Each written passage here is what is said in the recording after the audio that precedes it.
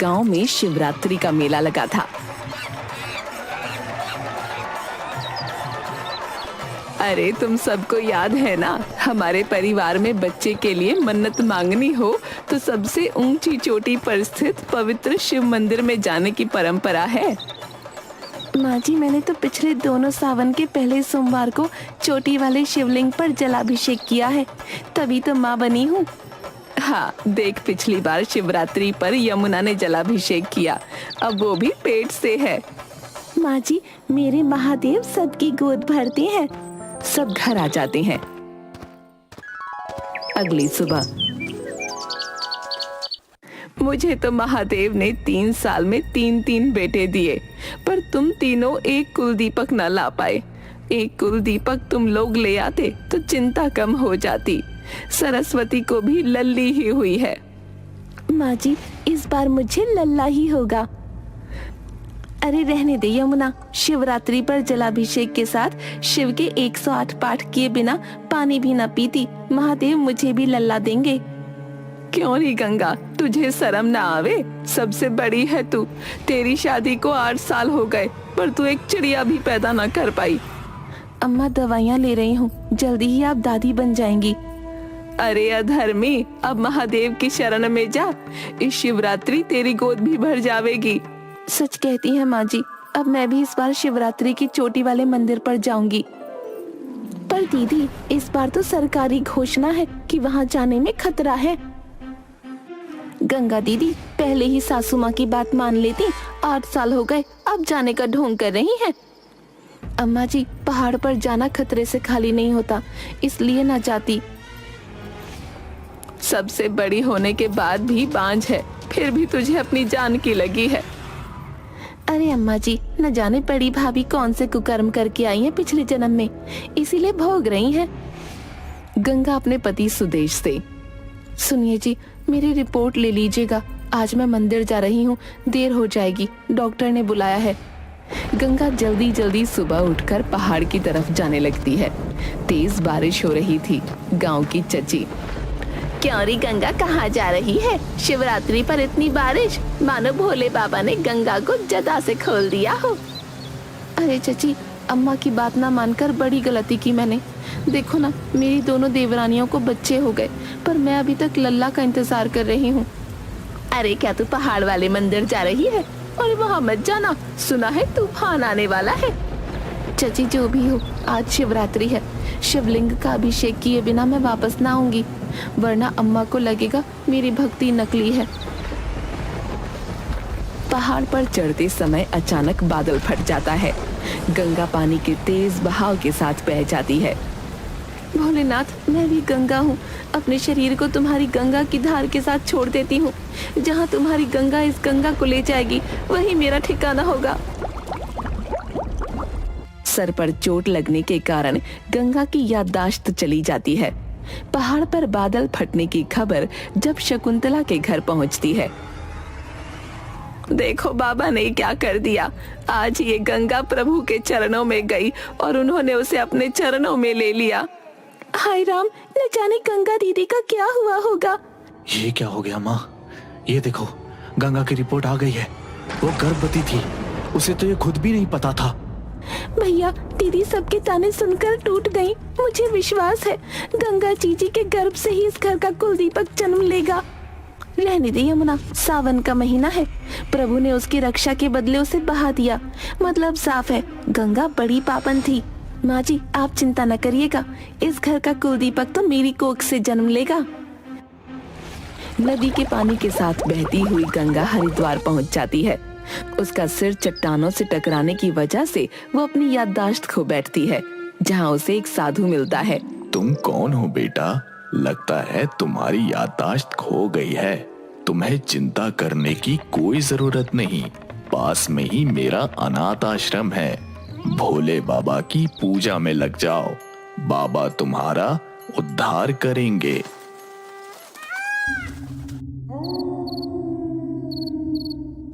गंगा दिन रात भोले बाबा की पूजा करती और आश्रम के अनाथ बच्चों के साथ समय गुजारती। कुछ समय बाद वो एक सुंदर से बेटे को जन्म देती है। 3 साल बाद शिवरात्रि को गंगा का पति शिव दर्शन के लिए हरिद्वार आता है और आरती के समय उसे अचानक गंगा दिख जाती है। जय भोले बाबा की। गंगा, गंगा सुनो, तुम गंगा ही हो ना? मैं कब से तुम्हें ही ढूंढ रहा हूँ, सालों से तुम्हें ढूंढ रहा हूँ, मेरी बात सुनो। लेकिन गंगा उसे पहचान नहीं पाती और उसके मुंह पर एक जोरदार थप्पड़ मारकर भीड़ में खो जाती है। सुदेश वापस आकर अपनी माँ को ये बात बताता है। सब गंगा को ढूंढने की कोशिश करते हैं पर गंगा कहीं नहीं मिलती। बेटा, भूल जा गंगा को। तूने गंगा को नहीं देखा, तुझे कोई शक हुआ होगा। अगर वो जीवित होती तो अब तक घर ना वापस आती। मैं जानती हूँ, मैं ही हूँ तेरी अपराधी। मुझे माफ कर दे बेटा, तू दूसरी शादी कर ले। ऐसा कभी नहीं होगा माँ।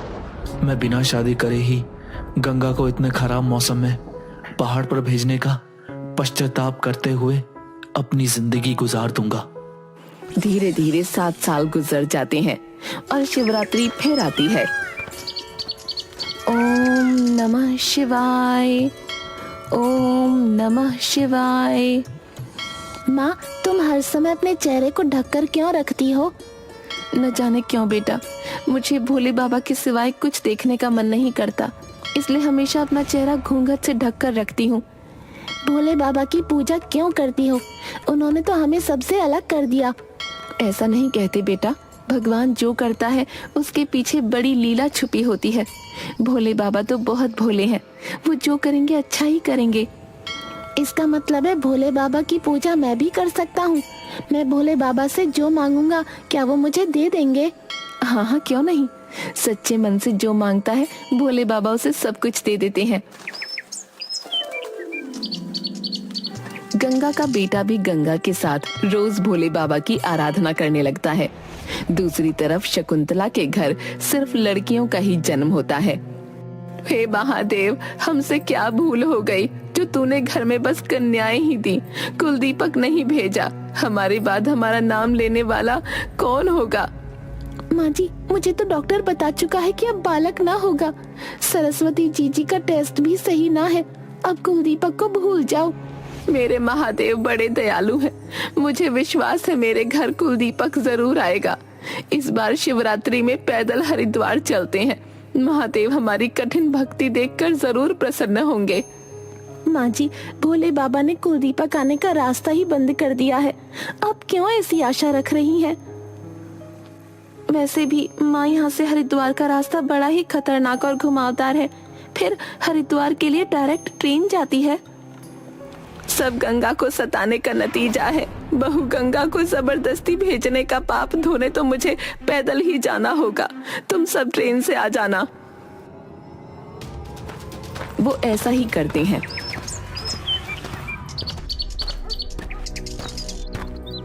शकुंतला को रास्ते में बाधाओं का सामना करना पड़ता है।